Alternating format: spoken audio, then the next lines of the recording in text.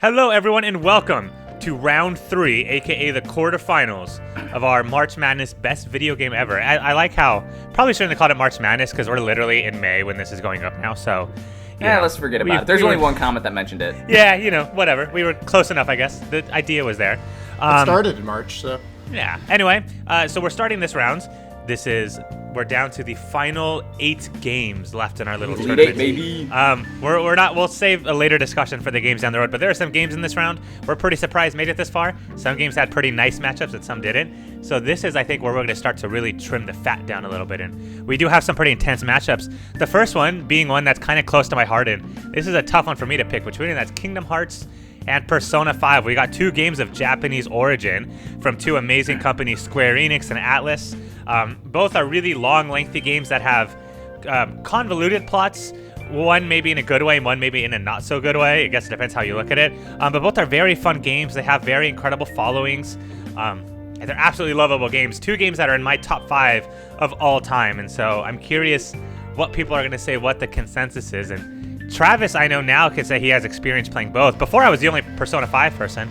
Now we have a new person that's played the game. Yeah, Mike convinced me that it would be worth a purchase. And then I saw it was only $20, so I bought it. And I have not stopped playing it for a long time now. Mm-hmm. I will say this. I'm pretty sure Mike's top 5 has like 15 games in it. It feels like I do say this is my top 5 every recording we have. No. We also talk about these games a lot. I'm just giving you shit. This is the friendly part of the discussion before we start going at each other's throats. That's Don't true. worry. So I guess... can I... I was just going to say, can I throw out one of the topics for debate? Do it. Something that we didn't discuss in the earlier matchups about Kingdom Hearts. Kingdom Hearts Gummy Ship sucks wiener. I'm sorry. I'm just going to say it. It's that's really, a generous really bad. It's a rail shooter, like, kind of mini-game mechanic that really had no reason to be there. So I'm going to say that that's a pretty bad thing that Kingdom Hearts did. And I know they made it better in Kingdom Hearts 2, but we didn't even mention the fact, I don't think we did, the fact that the Gummy Ship just seems so out of place and just, in my mind, not welcome in the original Kingdom Hearts. Yeah, we're at the point now where I feel like we can get picky like that. Because most of the games we have here are good across the board. So stuff like that in this round, I feel like a lot more glaring. Persona 5's main issue, I would say, to be negative on that game for a second, is that the game can drag on in certain points where I feel like it shouldn't. Particularly in between dungeons and in between going into people's hearts. One of the issues that there is that it can take an extremely long time to get from one to the next, which is, there's a purpose to it. It's to get to know the characters. Mm-hmm. The issue with that is, if you're not a patient person, that can really turn you off. So it's intentional. The game wouldn't say, oh, that was a mistake on our part. We got to fix that later. They're going to keep doing that, right? So it's not like it was a mistake they made, but that can be a turnoff to some people that are trying to get into a game like this, that are like, I don't want to be reading dialogue for an hour, because that's what it can turn into at times. And like I said, that's what they want. They want it to be a long-winded thing, so you really start to care about the characters.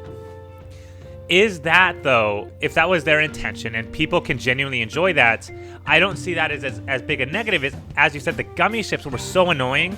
They were not optional. You could not skip them. It's like it's a mini game that has almost zero purpose and, in my mind, zero fun, really. It just seems so out of place with the rest of the Kingdom Hearts with just Kingdom Hearts in general, because like Dream Drop Distance had like that diving kind of minigame or whatnot, which I thought was a way better way to do so. It's not just randomly shooting at objects to get from point A to point B. Like, there is still a purpose on trying to get a certain score. Especially because, like, when I streamed it from it, like, yeah, because like when I streamed it, I literally stood in the middle of the map and just kept shooting, and I made it through. Yeah, some of them are... I didn't even lose. Kingdom Hearts 2 definitely made it better because you couldn't do that. Kingdom Hearts 1, but yeah, it was just a waste of time, really. It wasn't needed at all. I feel like you could have just completely gone without it. At the very least, it annoyed me that you couldn't even go back a world. Like, if you actually went down the wrong path and had to go backwards, you had to redo it. Until, like, you got to the end of the game when they eventually did have, like, the warp stuff. But at the beginning, any step you wanted to take, you had to do one of those gummy ship levels, and it wasn't fun. I hate to say, to me, that wouldn't be a fatal flaw in this matchup, but that is definitely... Oh, I don't think it's a fatal flaw either. Yeah, but that is definitely points to Persona 5, because I don't think Persona 5 has any parts that were legitimately annoying. I guess you could argue that maybe the Memento stuff wasn't exciting, because when you go into Mementos, you're not really progressing the story at all. But as soon as you get to the bottom of Mementos toward the end of the game, you do see there's more to it. So even the mementos, which can get tedious, becomes extremely important toward the end of the game. So Persona 5 doesn't waste your time. I feel like Gummy Ships were just a time waster more than anything. I would agree. I would definitely agree. And the other thing that I would say is probably the main complaint against Kingdom Hearts is the platforming, which I think is not that much of an issue because you seem to get used to it. But it is kind of an entry barrier to get into the game. And while I know that Persona 5 is a JRPG and like JRPGs really don't have as much of an entry barrier, as long as you understand the battle system decently well and you don't skip through the dialogue at all and you can at least understand what new things are trying to teach you throughout the game, you're kind of adapting and progressing and learning and getting to where you need to be by the end. The platforming does serve as kind of an entry barrier, though, which is something that Persona 5 doesn't have, and it might come with the territory of being an action RPG versus kind of a turn-based JRPG. But also, the thing that I want to give Persona 5 great points with is it's a game that has a very different, unique UI, but it does so in such a dynamic way that it doesn't turn people off at all. It kind of gives you more of a reason to talk to more people and see all the different dialogue choices, because it's not just a typical you have one arrow up for choosing yes and one arrow up for choosing no. There's always some kind of different way to show the dialogue and like as you're discussing with people. And I think that's a huge thing about Persona 5 that really can attract a lot of people. That just trying to give a different feeling of just selecting a command is amazing, and Persona 5 does it beautifully. Right, well, and I will say, and before I talk about that point, there's one thing I do want to mention.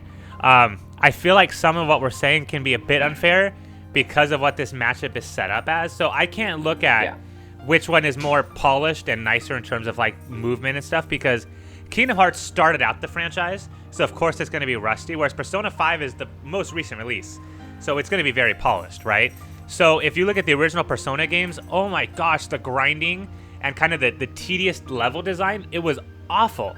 Most people don't even recommend you play the first two Persona games because they're so bad in terms of progressing through the world. And so Persona went through that same learning curve as Kingdom Hearts.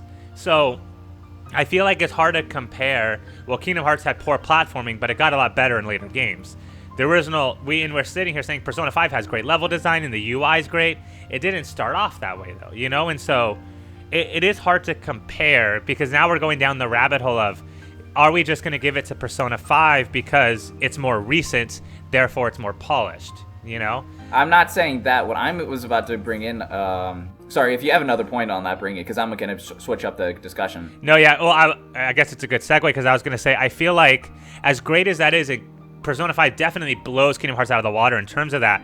I feel like it's also not fair to make a final judgment on that. So I was going to say, what's another point maybe we could debate these games on?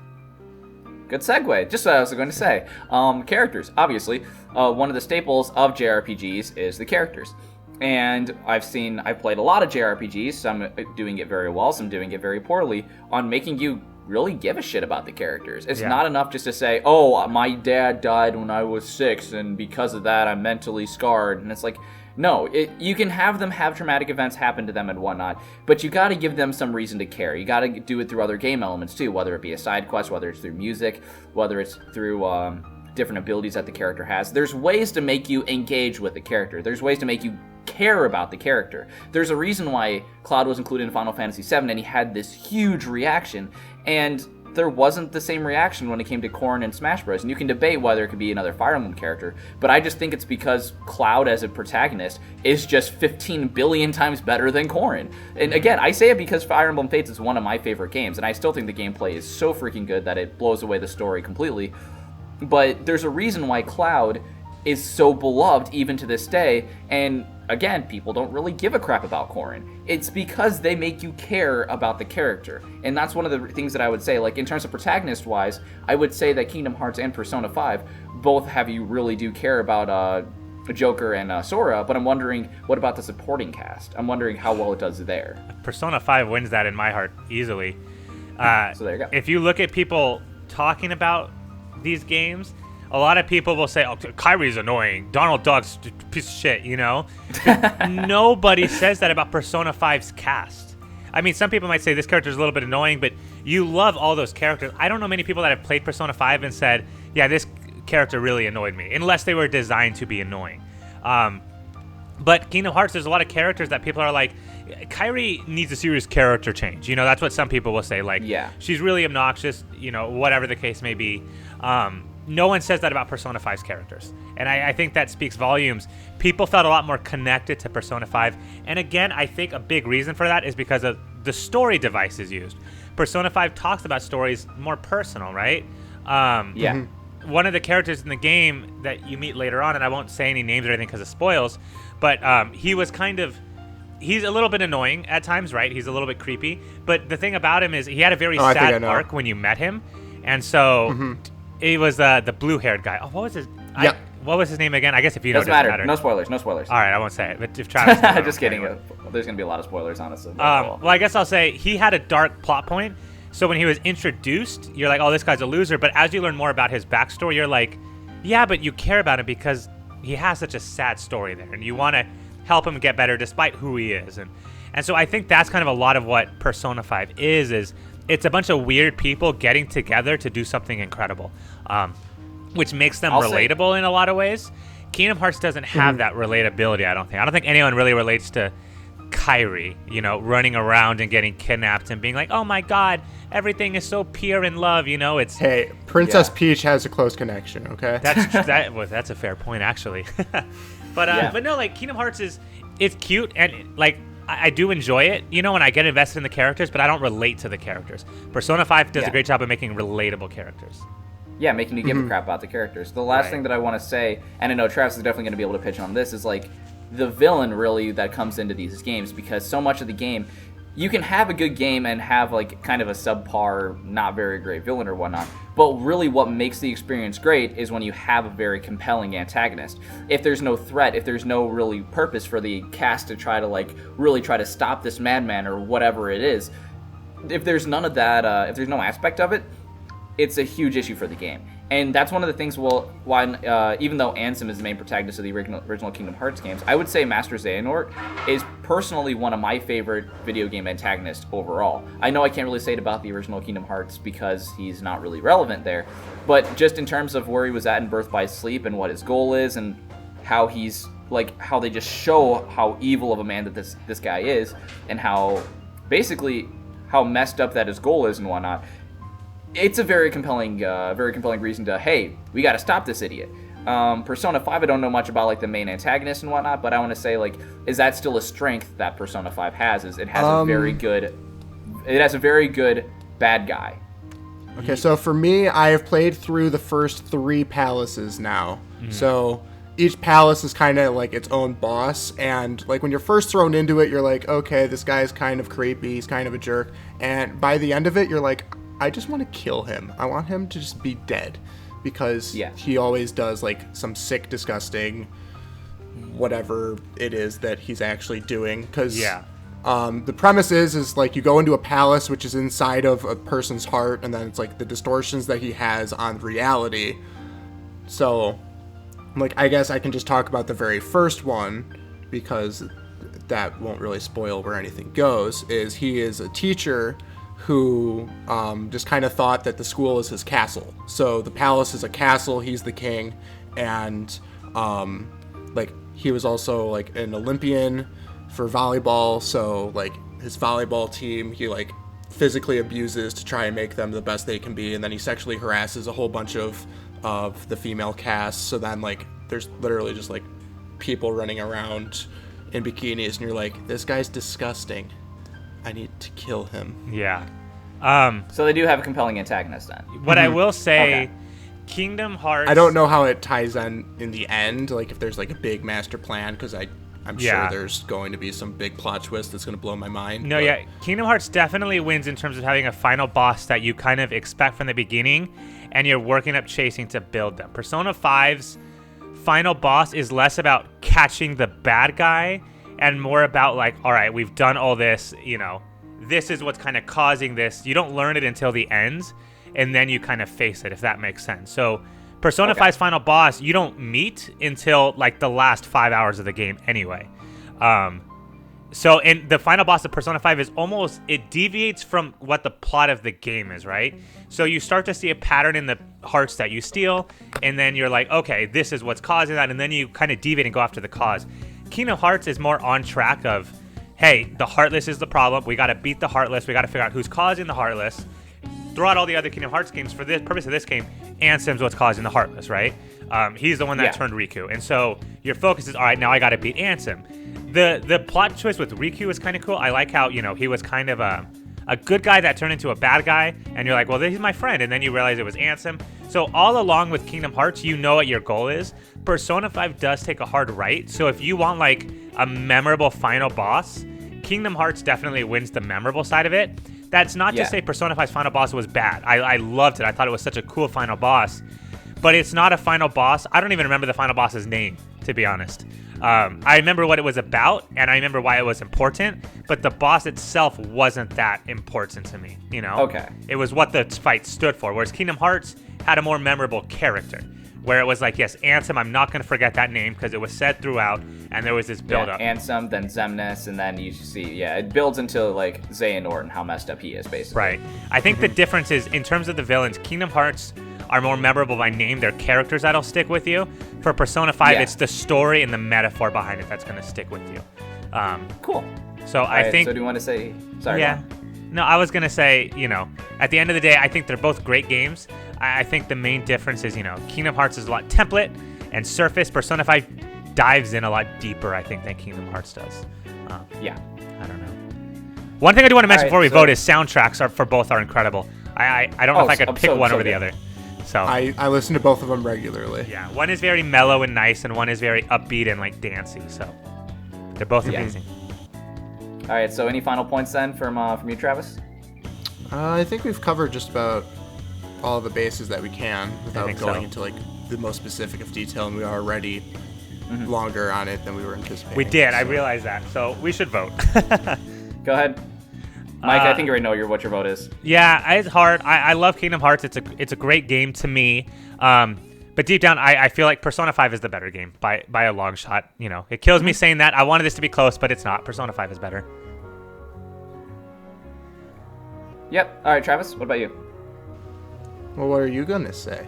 All I was going to say was Persona 5 because of the fact that it's a more concise game. Kingdom Hearts stumbles in a couple of ways that's just, I can't look past, honestly, if we're comparing it against a game like Persona 5. Mm-hmm. Yeah, now that I've had experience with Persona 5, I also agree with your guys' consensus because I have not slept. That usually does it for Travis. It's such a good story, and then the gameplay is surprisingly doesn't get stale for a turn-based combat game, which is interesting to me. Mm-hmm. Yeah, for sure. Yep. So Persona 5 is going on. The question is who it's going to be facing. I think we already know the answer. This will definitely be a shorter conversation, I think. But you never know, right? Crazy things have happened. It's Metroid Prime versus Outlast. Metroid Prime is an absolutely lovable, incredible first-person shooter by Nintendo that broke boundaries. To its credit, Outlast is here. We didn't think it would be, but that doesn't mean it's not an incredible game. In terms of horror games, it's definitely one of the ones that stands out in people's heads more than anything else. When it came out, it was such a... I hate using the word meme because it wasn't a meme, but it was trendy, I guess, where everyone was playing this game because it was fun to watch people scream and go crazy about this stuff. So it definitely left a legacy as well for horror games. So it'll be an interesting comparison. I think we all know where we're leaning, but in Outlast credit, and I want to start by saying this, Outlast was defining when it came out. Metroid Prime is a great game itself, but I don't think it didn't receive the craze that Outlast got. So to its credit, we can say Metroid Prime is a better game, but for being a worse game, Outlast still did an incredible job kind of finding its way into people's hearts, in creating a legacy for a game that was created by a small studio, Mm-hmm. Yeah, I'd say so. But here's the thing, Mike. One of the things that is a really big sign of a great game is meaningful gameplay. And it's kind of a loaded term, but it means that you experience... The main difference between a game and a movie is the fact that you interact with it, whether it's through a controller or even when it was connected, whether it's through your body. There's some kind of interaction that you have with the game. Otherwise, it's just basically a movie or a visual novel. Like, even if it's a visual novel, they still give you other stuff to do, or at least make you think. It's not just a straight movie that either is like a linear story of events. And for me, that it's really telling that if a game has that where it's able to engage you deeper in the narrative by the gameplay. And that's something that Metroid Prime does fantastically. And I'll be honest, even though Outlast is revolutionary in a way, I don't think that Outlast even comes close to the degree of trying to engage you deeper in the narrative besides just, I want to scare you. And maybe it's because that's the setting of the game and that's what they're going for. But for me, one of the tellings of a great game is if they're able to show more about the narrative through the gameplay itself. And maybe Outlast isn't a game that was built for that, but it doesn't even attempt to do so in my mind. Yeah, and I guess, to build off what you said, I think that's unfair because earlier you also mentioned what game accomplishes their goal better, right? Yep. And I'm not going to say that it's Outlast That's why I want to necessarily. at least give some points to Outlast. Yeah, because Outlast did accomplish its goal. And I would argue, on your first playthrough of Outlast, you feel incredibly immersed in that game. When you're hiding in that locker, you legitimately feel the fear there. So there's not a huge story, but there doesn't have to be. You legitimately do feel like you're trapped in this asylum with the crazy guy chasing you. And so the immersion is completely there. It's not as in-depth story-wise as Metroid Prime, but it gets the job done. It's not meaningful in the sense of, oh, this is my goal and stuff, but it's more meaningful in the sense that you really feel like you're there and you do feel that fear, right? That's why people used to wear heart rate monitors when they played the game. So, I don't know. Yeah, I would say so. I mean, I do, like, to Outlast credit, again, it did something that was just fantastic. But again, I always go back to, like, I still think every game that I would say is up there as like one of my favorite games ever, probably every game within my top 10, has some kind of way that engages the player more than that, I think. Like, it's not just feeling one emotion, but it's making them... I mean, I know, again, Outlast and horror games are a genre that I'm very minimal about. So I give you guys that as a grain of salt. But I don't think... Yes, you feel the fear, yes, but that's what a horror game really is. Like, you can talk about bad horror games where, I don't know, bad graphics, whatnot, bad story premise, everybody was dead the entire time, or you're dreaming, whatever it is. I think Outlast is a game that does have a very solid premise, but doesn't really go... I don't know, like, in terms of, like, a horror game, and from what you told me about Resident Evil, I don't see it, like, getting on a level that goes beyond just making you scared, I guess. You know what I'm trying to say, right? It's not... Yeah, because... It doesn't, like, excel at its job. It does its job, it doesn't excel at it. Yeah, because story-wise, Outlast is kind of lackluster. If you want to collect all of the collectibles, it does give you a backstory of how the asylum became a thing, but honestly, I've only... Mojo, shut up. But... like, I've only attempted to even collect all the files once, and I still couldn't find all of them, and I'm like, whatever, I get the picture,